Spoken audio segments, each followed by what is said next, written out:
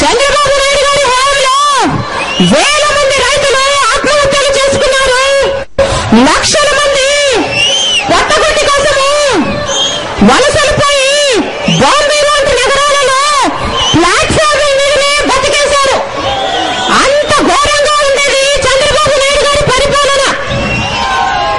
ఈ రోజేమో మళ్ళీ నాకు అధికారం ఏంది, 6 నెలల్లోనే మన రాష్ట్రాన్ని గాడిలో పెడతానంటున్నాడు.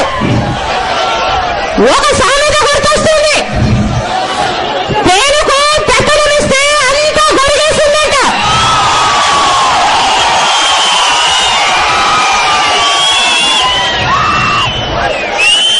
ఇలాంటి చంద్రబాబు నాయుడు గారు కాంగ్రెస్ ప్రభుత్వంతో కుమ్మక్కై ప్రజాస్వామ్యానికి వ్యతిరేకంగా నీచమైన కుమ్మక్కు రాజకీయాలు చేస్తున్నాడు. ఆయనకు ఒక లెక్కుంది, చంద్రబాబు నాయుడు గారి మీద చాలా అవినీతి ఆరోపణలున్నాయి. 2 ఎకరాల నుంచి మొదలుపెట్టిన చంద్రబాబు నాయుడు గారు ఇప్పుడు వేల కోట్లు ఎక్కడి నుంచి వచ్చాయి? ఆయన హెరిటేజ్ ఎక్కడ చూసినా ఉంది. ఐఎంజీ అనే సంస్థకి, తన బెనామీ సంస్థకి 850 ఎకరాలు 2500 కోట్లు విలువ చేసే భూమిని ఎంతకి ఇచ్చేశాడో తెలుసా? కేవలం 4 కోట్లకి ఇచ్చేశాడు. కమ్యూనిస్టు వాళ్ళు ఒక పుస్తకమే రాశారు చంద్రబాబు నాయుడు గారు అవినీతి మీద. చంద్రబాబు జమానా అవినీతి ఖజానా అని. ఎన్టీ రామారావు గారు అసలు చంద్రబాబు నాయుడు గారికి మించిన అవినీతి పరుడు ఇంకోడు ఉండనే ఉండని ప్రపంచంలో ఉన్నాడు. ఎంత అవినీతి పరుడైనా చంద్రబాబు నాయుడు గారు చాలా తెలివైన వారు. అందుకే చీకట్లోనే చిదంబరం గారిని కలుస్తారు, గొప్పగా మేనేజ్ చేసుకుంటారు. అందుకనే చంద్రబాబు నాయుడు గారి మీద ఈ కాంగ్రెస్ వాళ్ళు విచారణలు చేయరు, కేసులు పెట్టరు.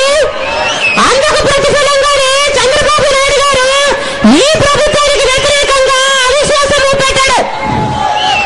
నీచమైన కుమ్మక్కు రాజకీయాలు చేస్తూ ఈ రోజు కాంగ్రెస్ పార్టీతో కుమ్మక్కయ్యి జగనన్నను జైలు పాలు చేశారు.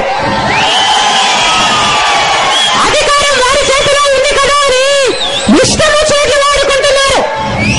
సిబిఐని వాడుకొని ఏ ఆధారాలు లేకపోయినా ఈ రోజు జగనన్నను జైలు పాలు చేశారు. సిబిఐ కేంద్ర హోంశాఖలో కిందనే పనిచేయాలని, కేంద్రం కనుసన్నలోనే పనిచేయాలని దాని మాజీ డైరెక్టర్ జోగేందర్ సింగ్ గారే చెప్పారు. గులాం నబీ ఆజాద్ గారేమో జగనన్న కాంగ్రెస్ లోనే ఉంటారు.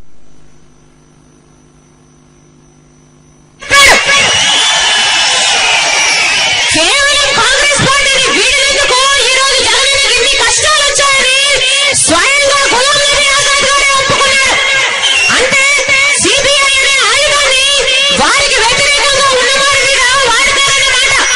చంద్రబాబు నాయుడు గారు తన భార్య స్థలాన్నేమో కోట్లకు అమ్మి ప్రభుత్వ స్థలాన్నేమో కారు చౌకగా ఇచ్చేస్తే ఎంఆర్లో విచారణ జరుగుతున్నా కూడా అసలు భూములు ఇచ్చింది చంద్రబాబు నాయుడు గారు అయితే చంద్రబాబు నాయుడు గారిని సిబిఐ కనీసం విచారణ కూడా రమ్మనదు.